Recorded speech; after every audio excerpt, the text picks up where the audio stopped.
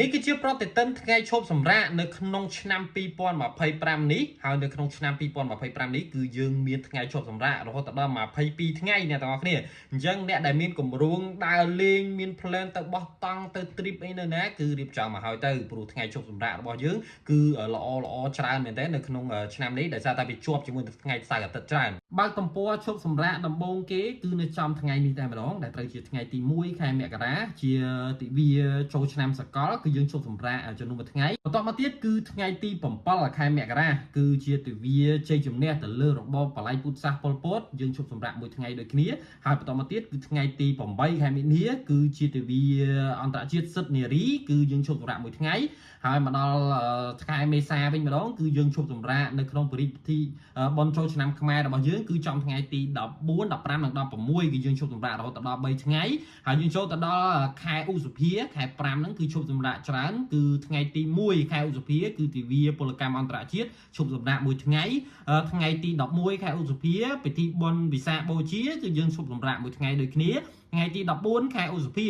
គឺព្រះរាជពិធីបុណ្យចម្រើនបញ្ជូនព្រះមហាក្សត្រនៃព្រះរាជាណាចក្រកម្ពុជារបស់យើងគឺយើងឈប់សម្រាកចំនួន1ថ្ងៃដូចគ្នាដែរថ្ងៃទី15ខែឧសភាគឺយើងឈប់សម្រាកមួយថ្ងៃដូចគ្នាគឺព្រះរាជពិធីច្រត់ព្រះនង្គ័លហើយចូលទៅដល់ខែមិថុនាថ្ងៃទី18គឺយើងឈប់សម្រាកចំនួន1ថ្ងៃគឺព្រះរាជពិធីបុណ្យចម្រើនព្រះជន្មសម្ដេចម៉ែរបស់យើងហ្នឹងហើយចូលទៅដល់ខែកញ្ញាគឺយើងឈប់សម្រាក3ថ្ងៃនៅក្នុងថ្ងៃទី21 22និង23គឺពិធីបុណ្យជុំបិណ្ឌដែលជាពិធីបុណ្យដ៏ធំនៅក្នុងប្រទេសកម្ពុជារបស់យើងហើយនៅក្នុងខែកញ្ញាដូចគ្នានេះគឺយើងមានថ្ងៃឈប់សម្រាកមួយថ្ងៃទៀតគឺថ្ងៃទី24ខែកញ្ញាគឺទិវាប្រកាសរដ្ឋធម្មនុញ្ញហើយយើងចូលទៅដល់ខែតុលាយើងមានថ្ងៃឈប់សម្រាកចំនួន2ថ្ងៃនោះគឺថ្ងៃទី15គឺជាទិវាប្រពៃពិធីបុណ្យគោរពញាតិខណ្ឌដល់ព្រះបរមរតនកោដ្ឋគឺយើងឈប់សម្រាកមួយថ្ងៃនិងថ្ងៃទី29ខែតុលាគឺយើងឈប់សម្រាកមួយថ្ងៃដូចគ្នានៅក្នុងព្រះរាជពិធីគ្រងព្រះរាជសម្បត្តិរបស់ព្រះករុណាព្រះបាទ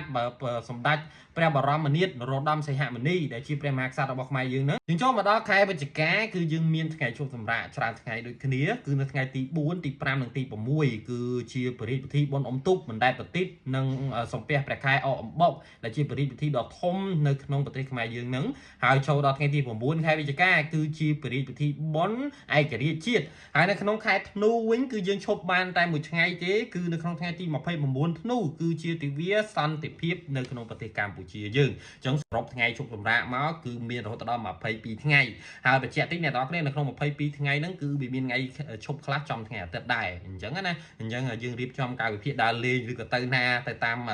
ប្រតិទិនរបស់យើងទៅអញ្ចឹងខ្ញុំមានប៉ុណ្ណឹង